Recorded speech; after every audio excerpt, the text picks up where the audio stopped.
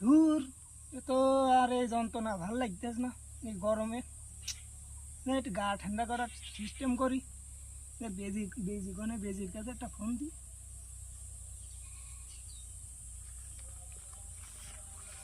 Hello, হ্যাঁ বেদি, ওই তুই বাজারে না কনে?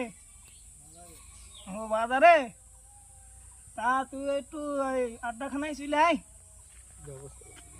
ওই স্বর্গের জিনিসপাতি কয়টা নিয়ে আসছেন। হ্যাঁ, গা আলো আগুন, মাথা গরম, তাড়াতাড়ি আয় বেজি, ঠিক আছে? কয়টা গাছ পকেটে দেখি তাই, কয়টা গাছ আছে?